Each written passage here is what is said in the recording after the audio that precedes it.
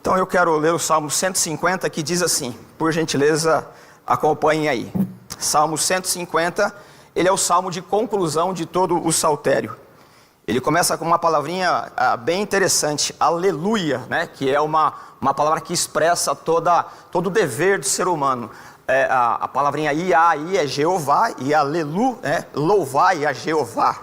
Então vamos à leitura.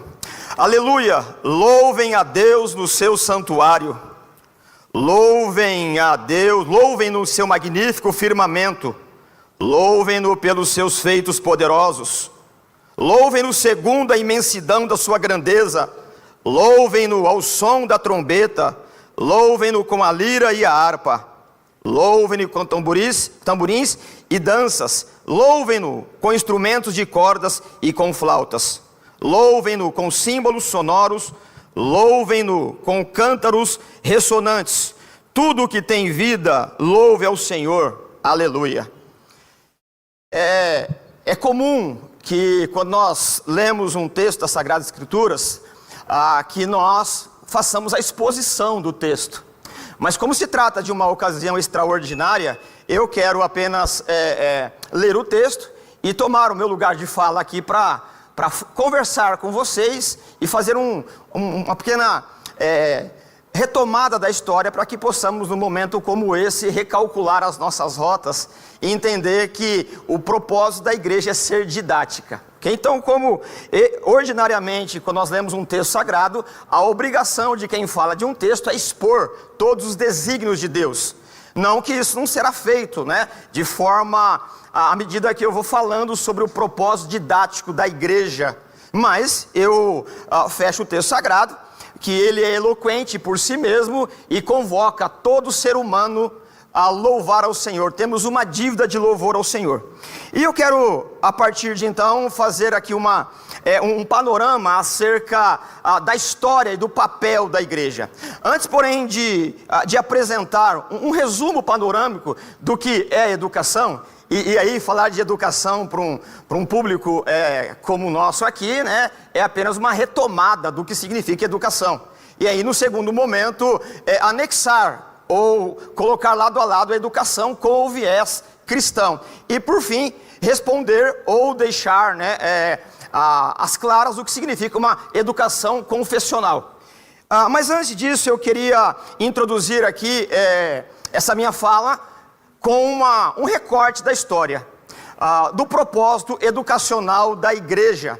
E isso poderia ser feito de várias maneiras. Com os textos do Antigo Testamento, por exemplo, nós temos material em abundância para mostrar o papel, a natureza da existência da igreja. No Novo Testamento também sobeja o papel educacional da igreja. Jesus, ele é um mestre por excelência e ele discipulou para que outros pudessem discipular também. E é evidente que com o viés, com a cosmovisão do cristianismo, nós temos aí, anexando a história da igreja, o papel dos gregos, dos latinos, enfim, de toda a história. A história do evangelho, a história da igreja, ela é uma história de educação. E é aqui que eu quero fazer um recorte da história. Já aí no século 17, nós temos uma história interessantíssima do que significa ser igreja. Houve um movimento da Inglaterra, em que por problemas políticos, educacionais, que adveio da reforma, surgiu a necessidade de procurar novas terras, a Nova Inglaterra. E um movimento chamado puritanismo, ele migrou para os Estados Unidos, onde desejavam implantar a igreja. Só que o papel missionário dos puritanos era que primeiro se implantasse uma igreja, seguindo o modelo bíblico, seguindo o modelo histórico proposto pela igreja.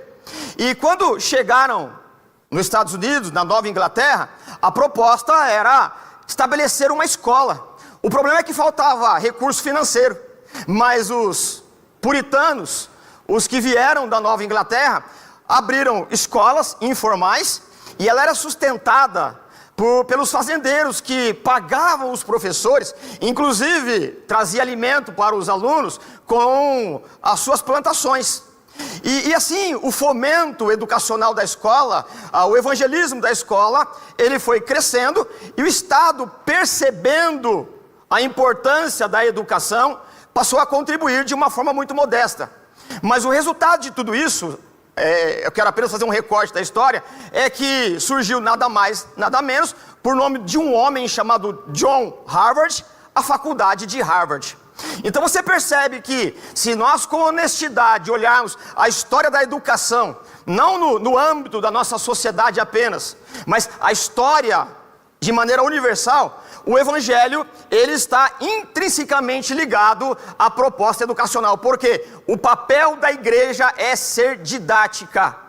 E esse movimento que surgiu, essa faculdade, essa importante universidade, que está nos anais da história desde o século XVII, vieram outros movimentos. E está atrelado também a essa história, nos Estados Unidos, século XVII, o papel da imprensa.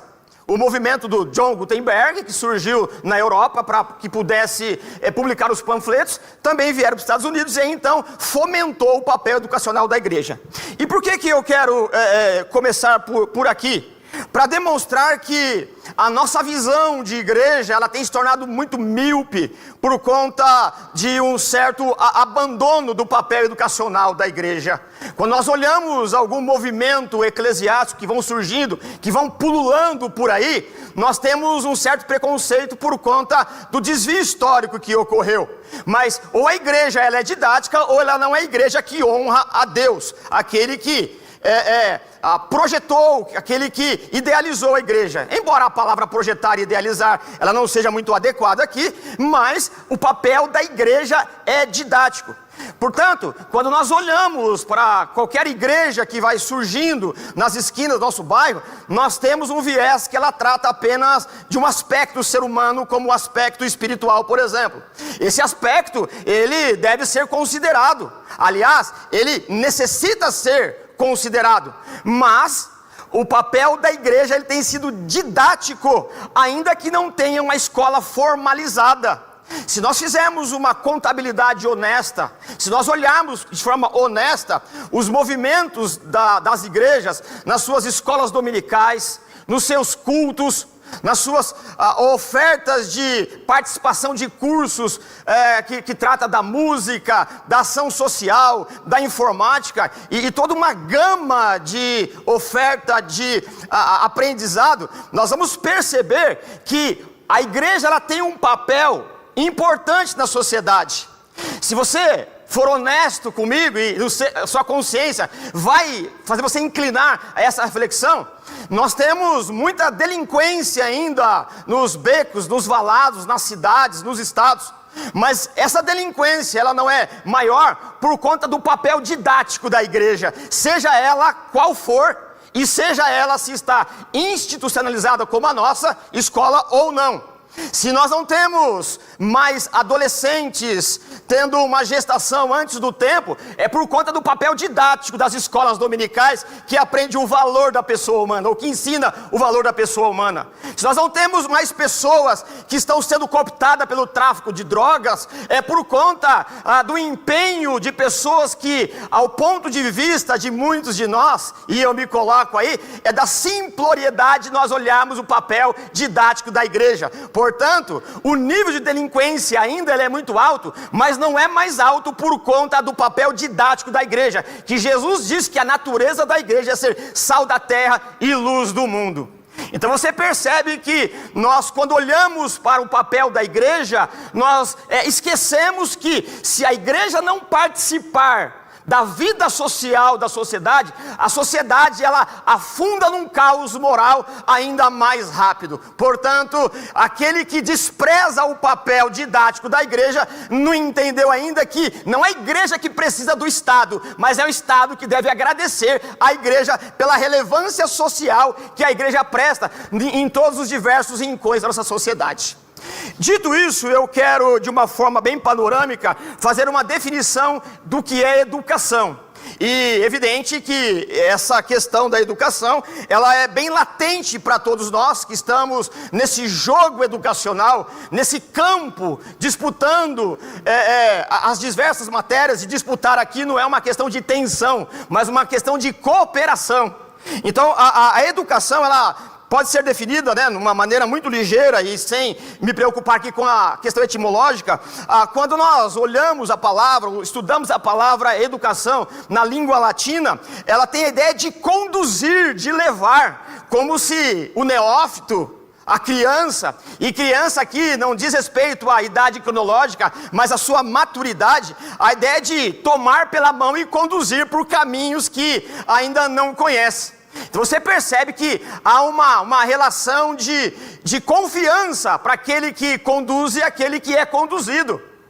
Então a ideia de educação é conduzir, é levar. Mas a definição grega, eu acho ela um pouco mais pertinente. É claro que não desconsideramos a primeira, mas a ideia, e mais uma vez aqui não me preocupo com a definição etimológica, mas apenas com o conceito global, a ideia de paideia, a ideia de formar a inteligência, formar o coração e o espírito da pessoa. Então essas duas definições, ela nos ajuda a entender que a educação ela é importante e ela tem que estar na pauta de discussão de toda a igreja que se diz seguidora de Jesus. Portanto, eu defino aqui e termino essa definição dizendo que a educação ela está associada à segurança do Estado. A educação ela leva ao Estado a capacidade de ser Estado. Um Estado que não se preocupa com a educação, conforme as palavras de Aristóteles, ela se torna a seguinte, ou ela agrega assim a seguinte natureza. As palavras de Aristóteles: ninguém contestará que a educação dos jovens deve ser um dos principais objetivos de cuidado por parte do legislador. Porque todos os estados que a desprezam prejudicam-se grandemente por isso.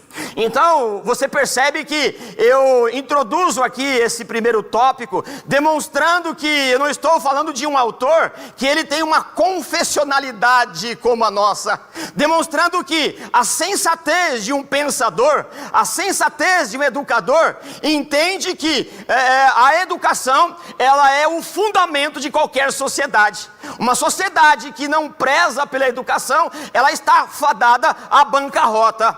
Uma sociedade que ela não preza ou menospreza a educação, ela está fadada à vergonha, ela está fadada ao encalacramento na escuridão da sua própria ignorância.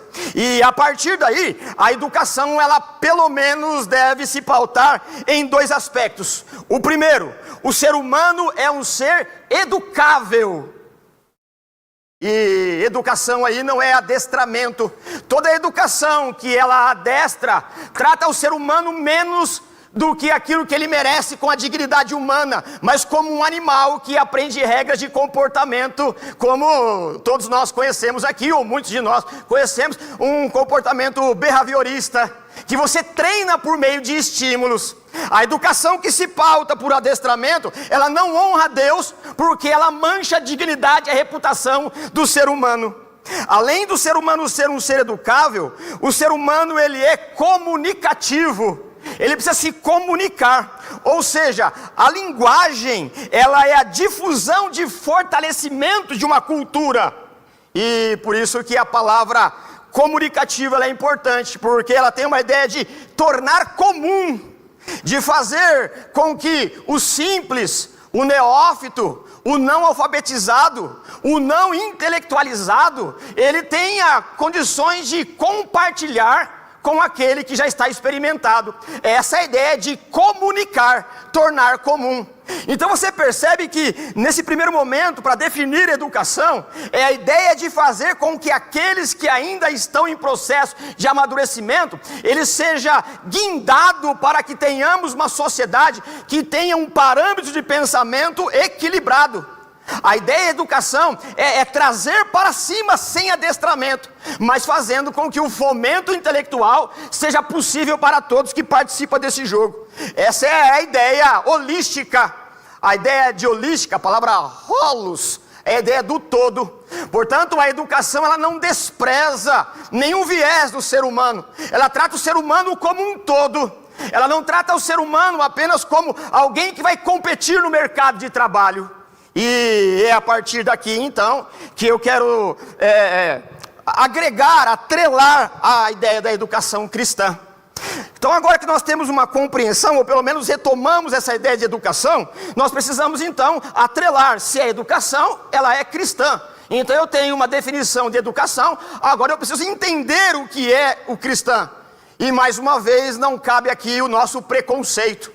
Não é uma ideia de um simples proselitismo, mas uma ideia de fazer com que o ser humano, ele viva de forma plena aquilo que Deus de antemão já estabeleceu para que ele fosse.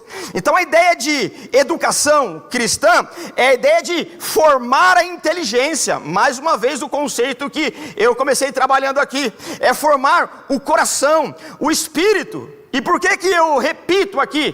Porque essa definição, ela está na educação, só que pelo viés cristão, pela cosmovisão cristã. E de onde nós bebemos, de onde nós tiramos, de onde deriva essa ideia?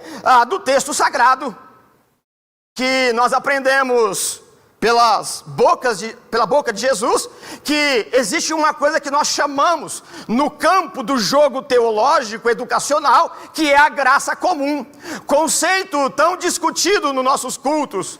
A graça comum é o conceito que nós discutimos e partimos daí a questão de toda a nossa obrigação prazerosa de educar nas nossas escolas dominicais. Nossos encontros de discussão teológica, sociológica, filosófica, enfim, de todos os campos dos saberes humanos. Porque a graça comum, ela trata todo ser humano, independente da sua confessionalidade, como ser humano. Jesus disse que a chuva cai sobre justo e injusto, o sol da mesma maneira.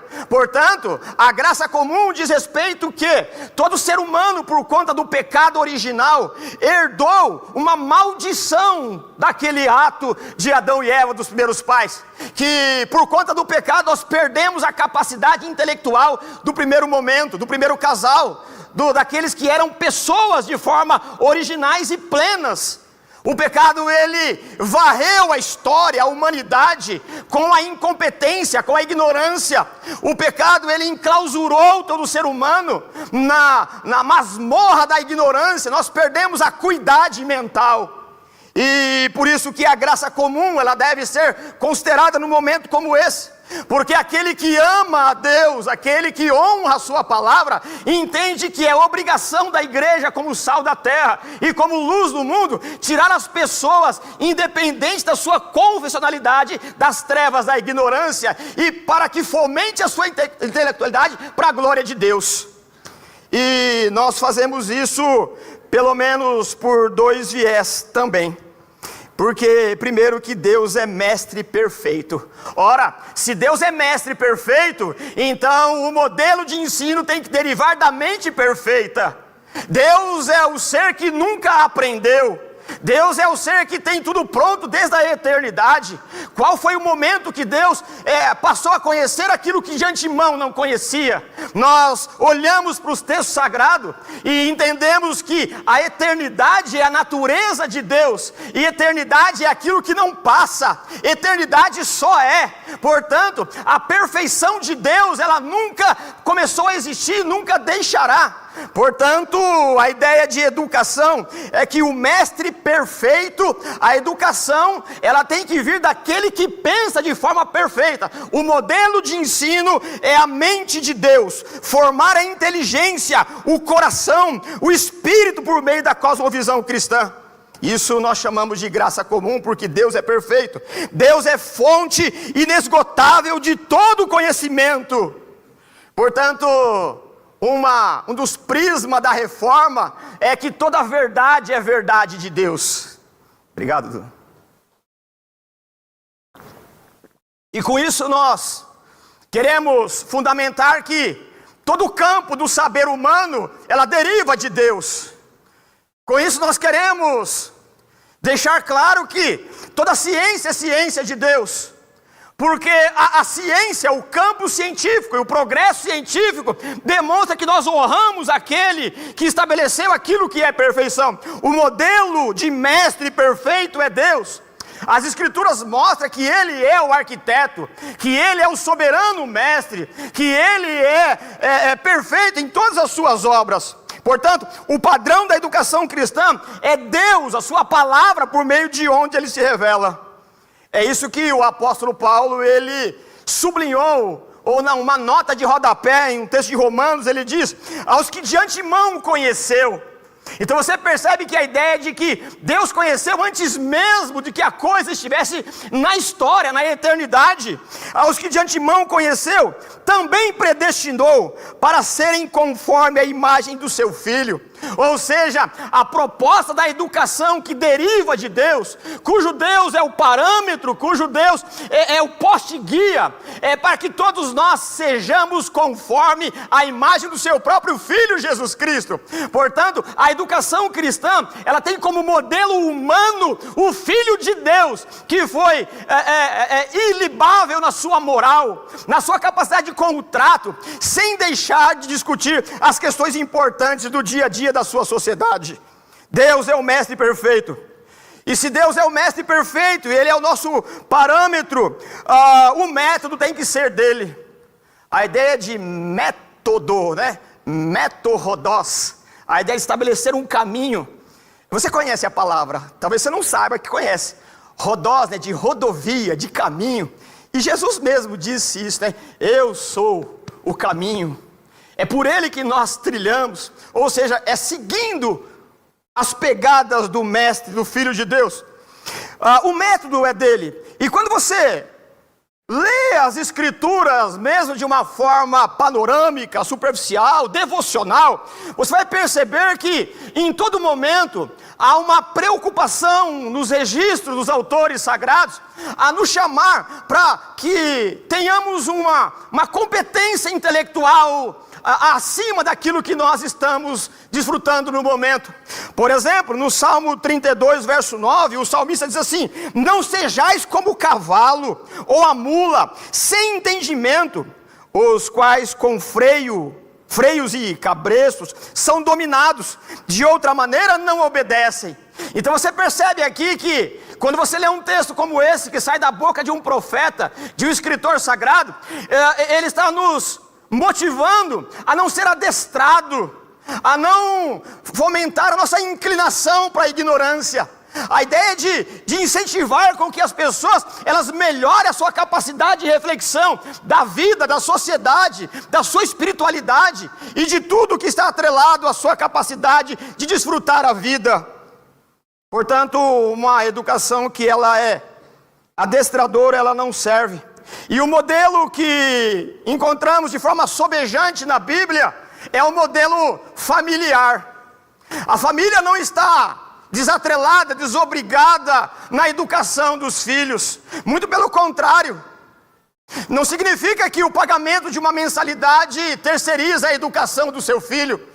Não significa que você está departamentalizando ou terceirizando a educação, porque não é isso que nós aprendemos de Deus. É a família que tem obrigação, que tem responsabilidade diante do seu Criador. É a família que tem responsabilidade diante da sociedade de transmitir valores para o ser que está vindo para o campo de discussão científica. Os pais são os mestres que transmitem valores da dignidade humana. São os pais que têm a responsabilidade de que quando o fogo da moral, quando o ímpeto da juventude está sufocando a moral da criança, ele tem a obrigação de soprar com hálito santo, por meio da palavra de Deus, por meio dos valores revelados na Escritura, para que o fogo da moral de Deus acenda no coração da criança, porque é na mais tenra idade que se forma a personalidade de um homem íntegro e de caráter, que tem representatividade na sociedade e relevância para a construção de uma sociedade decente. Então a família, ela tem essa obrigação. E por fim, o modelo é temer ao Senhor. Temer ao Senhor é diferente de medo. Temer ao Senhor é respeito pelo sagrado. Não existe outro meio de amar a Deus senão por meio da tua palavra. Portanto, se nós falamos que amamos ao Senhor, nós temos que ter respeito pelo meio que Ele se revela. Não há possibilidade de amar a Deus senão por meio da tua palavra. Não há possibilidade de amar a Deus senão por meio do jeito que Ele escolheu revelar. Portanto, não há outro caminho senão pela inspiração das Escrituras Sagradas. Se ama a Deus respeitando aquilo que Ele estabeleceu como fundamentos da moral, dos bons costumes, da família nuclear, do pensamento, da valorização do ser humano. E aí então, depois de tratarmos de uma forma panorâmica essa definição de educação e cristã, educação cristã, eu concluo aqui tentando demonstrar para vocês a importância do ensino confessional. A primeira importância é que o ensino confessional, ele se preocupa com a dignidade da pessoa humana. A dignidade da pessoa humana diz respeito que o ser humano, ele não é um objeto, está nas prateleiras do mercado, para que aquele que ofereça um valor mais alto, um valor peculiar mais alto, ele tome para si o produto. A dignidade humana diz que você não tem preço. A dignidade humana estabelece você como alguém que é incomprável. E aí vai um neologismo. A ideia de que você não pode se vender por qualquer preço. A educação que não fomenta, a educação que não é um combustível para que a dignidade humana seja valorizada, ela não é uma educação que valoriza e respeita a Deus. Portanto, uma educação confessional, ela valoriza a dignidade da pessoa humana. A educação confessional também, ela dá autoridade moral.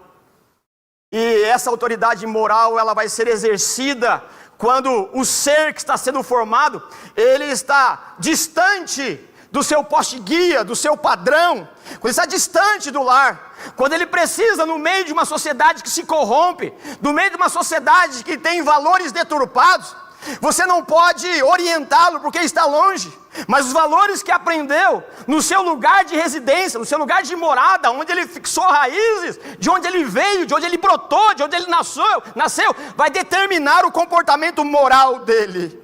Portanto, a educação confessional, ela dá autoridade moral, porque quando você olha os grupos que vão surgindo, muitos que pertencem àquele determinado grupo, ele não está contente naquele grupo, mas ele precisa de aceitabilidade. E a aceitabilidade é uma questão também da formação da pessoa humana. E quando precisa ser aceito por aquele grupo, ele abre mão da moral. Agora, se tem uma moral bem definida dos pais, da família, de uma confessionalidade, ele tem condições de dizer não para o grupo, porque não é importante apenas pertencer a um grupo, mas qual é o valor moral do grupo. Portanto, se grupos cooptam o seu filho, estão cooptando os seus filhos, significa que nós não estamos dando autoridade moral para essa criança, significa que ela não tem ainda capacidade, e por isso precisa ser tutoriada, acompanhada. Mas o papel da confessionalidade que nasce com os pais, ensinando a moral, é que um grupo não pode exercer pressão a partir dos conceitos idealizados ou ideológicos da criança. Se você for honesto, você vai perceber numa conversa simples que muitos grupos que vão surgindo, a pessoa que adere ao grupo, ela não está contente com o grupo, mas ela não tem autoridade moral para estabelecer o chão moral que ela vai pisar, não tem raiz. Portanto, a educação confessional, ela dá autoridade moral para dizer não àquilo que é contra a moral. A educação confessional, ela dá autoridade espiritual. E a espiritualidade, ela tem sido motivo de deboche para o homem moderno, que é tudo aqui e agora. Mas dentro da tua alma tem uma sede por aquilo que transcende. Dentro de você tem algo que clama por aquilo que transcende ao material. O materialismo sufoca, o materialismo anula, aniquila. O materialismo enclausura numa jaula existencial o desejo por Deus, a água da vida. Porque Deus criou o homem para si, e o homem não encontra descanso enquanto não descansa em Deus.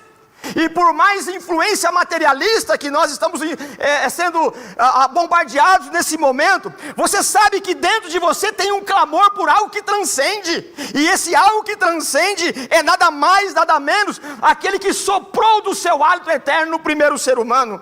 Portanto, a educação confessional, ela dá autoridade espiritual, para que você não se torne uma coisa materialista para o aqui e agora. Ela também te dá autoridade intelectual, porque o discurso que nós temos hoje, ele é fomentado, é que a espiritualidade, ela anula a intelectualidade, quando é o contrário.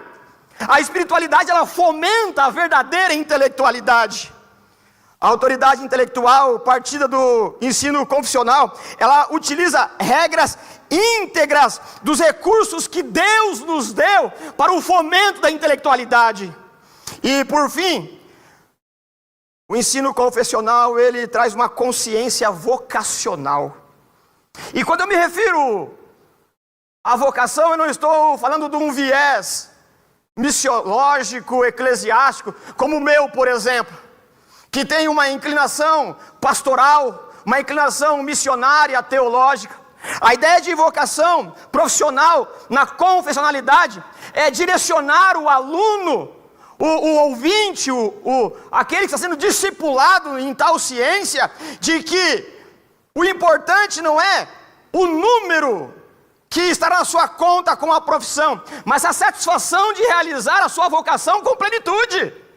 Porque não importa o quanto você ganha de dinheiro, não importa o quanto você seja rico, se não há prazer em desfrutar daquilo que você ganhou e da sua vida como um todo. A ideia de educação confessional com o viés vocacional é que o profissional, ele trabalha para a glória de Deus, que ele não trabalha apenas pelo dinheiro, porque você pode ser podre de rico, mas muito mais podre do que rico, porque há quem venda a sua vocação por um preço exorbitante.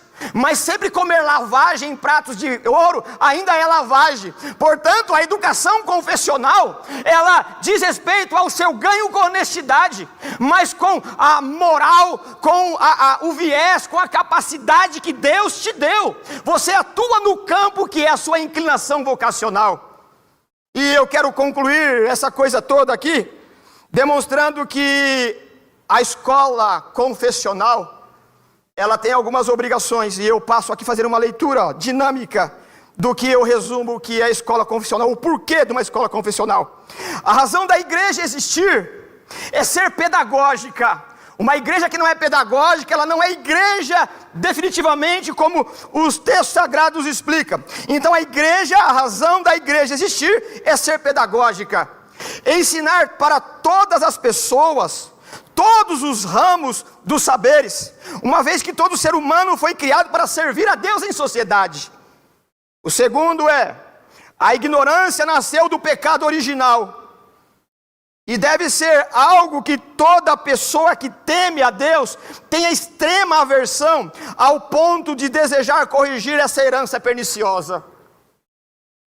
Esse é o papel da vocação, tirar a pessoa das trevas da ignorância, qualquer tipo de ignorância. Terceiro, o objetivo de uma educação confessional é preparar o ser humano, desde a mais tenra idade, para atuar de maneira justa, de maneira habilidosa, na esfera pública ou privada. Deixar as pessoas no comodismo da ignorância é contrário à dignidade humana. O padrão para todo conhecimento é Deus, pois toda a verdade procede de Deus. Deus é o autor da vida intelectual. Penúltimo, uma escola confessional que ensina a partir dos fundamentos da Bíblia tem por missão discutir questões do comportamento humano sem abandonar a liberdade acadêmica. Então você percebe que quando nós falamos em educação confessional, há um preconceito fomentado por pessoas perniciosas de que a educação não está atrelada à religião. Muito pelo contrário, que quem preocupa com o fomento intelectual são aqueles que honram a Deus, porque Deus é o patrocinador, Ele é o criador de toda a liberdade, de toda a consciência intelectual. Então, uma educação confessional, ela preza pela liberdade acadêmica. A ciência não é inimiga da teologia, a ciência não é inimiga de Deus, mas honra a Deus, porque toda a verdade é verdade de Deus. E por fim, a escola confessional não tem a ciência por inimiga. Antes, acredita que a fé nos leva à compreensão de que Deus fez todas as coisas boas. A ciência explica como Deus fez. Não há uma tensão, não há uma dicotomia, não há uma seção dicotômica. Quando nós estudamos ciência, estamos estudando como é que Deus procedeu para fazer o que fez. Eu termino citando aqui um grande poeta da nossa história. Ele diz assim: continue avançando a cultura intelectual, progridam as ciências naturais, sempre mais em extensão e profundidade, expanda-se o espírito humano, tanto quanto queira. Além da elevação e da cultura moral do cristianismo, como ele resplandece nos evangelhos, não irão. É o evangelho que tem contribuído com o progresso intelectual da humanidade. É o evangelho que tem contribuído com o fomento científico, tecnológico. A diferença é que não deixa que o ser humano seja menor do que a sua competência de criação. Porque tudo que nós criamos está ao nosso serviço para o bem-estar, não o contrário. É isso que a tecnologia, o método tecnológico transforma homens em humanoide. A ideia de humanoide, a terminação oide é igual a. Então você percebe que por meio de um celular ele é mais importante, porque nós perdemos a humanidade. Então a ideia da tecnologia é nos tornar um humanoide, um androide. O nome, né? Oide significa igual a. E muitos de nós estamos nos transformando a um objeto, porque as nossas criações têm sido mais importantes. Por isso que toda educação que não preza pela dignidade humana, ela não deve ser considerada. Por isso que um homem chamado Abraham Lincoln, ele diz: eu creio que a Bíblia é o melhor presente de Deus, que Deus já deu ao homem. Todo o bem da parte do Salvador do mundo nos é transmitido por meio desse livro. O George Washington, ele diz o seguinte: impossível governar bem o mundo sem Deus e sem a Bíblia. Napoleão Bonaparte, ele diz: a Bíblia não é um simples livro, senão uma criatura viva, dotada de uma força que vence todos quantos se lhe opõem.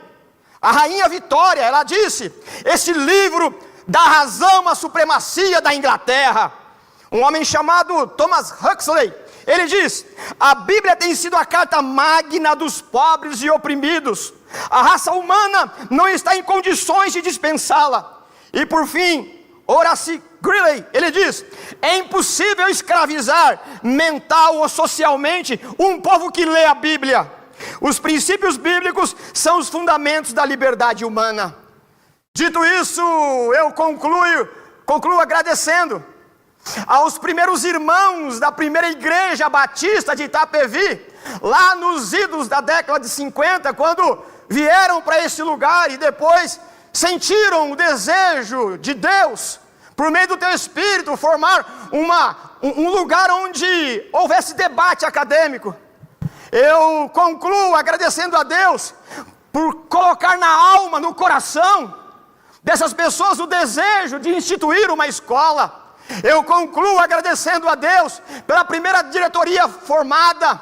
Eu concluo agradecendo a Deus pelos professores que vieram tirar o homem das trevas da ignorância por meio da confessionalidade do Evangelho. Eu concluo agradecendo a Deus por aqueles que passaram e contribuíram de alguma maneira, por aqueles que contribuíram na logística da limpeza, na organização tecnológica, por aqueles que exerceram a capelania, por aqueles que discutiram questões sobre a academia e sobre a espiritualidade. Eu concluo agradecendo a Deus pelos pais que confiaram a educação dos filhos a essa escola. Eu concluo agradecendo a Deus para que Ele também fomente na mente e no coração de cada um de nós que a responsabilidade da educação do filho, do adolescente, do pré-adolescente, não se basta brota nas quatro paredes da academia, mas ela vem de um lar que honra a Deus e teme a Deus por conta da revelação da tua palavra. Eu concluo louvando a Deus pelos mestres que passaram por aqui, que doaram a sua vida, em que o salário não pagam o desdobramento dos saberes. Vem aqui por amor à profissão, sem saber que a educação, ela tem origem no próprio ser de Deus, porque é Deus que honra a educação. Eu louvo a Deus por aqueles que estão hoje trabalhando aqui, que trabalham sem fazer contas no final do mês do tempo que doaram, de forma na liberalidade, em contribuir. Louvo a Deus porque a escola dá emprego para muitas pessoas.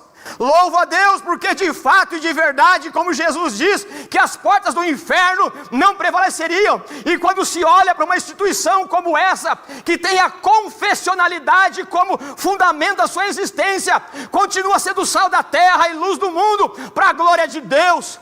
Eu louvo a Deus porque a delinquência nessas adjacências tem diminuído, porque a palavra de Deus tem sido ensinada, não só a moral da palavra, mas os diversos saberes.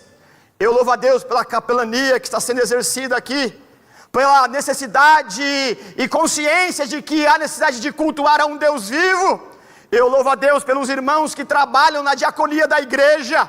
Eu louvo a Deus pelos pastores, pelos mestres, pelos voluntários, para que essa escola esteja de pé, de onde muitos de vocês recebem o salário no final do mês.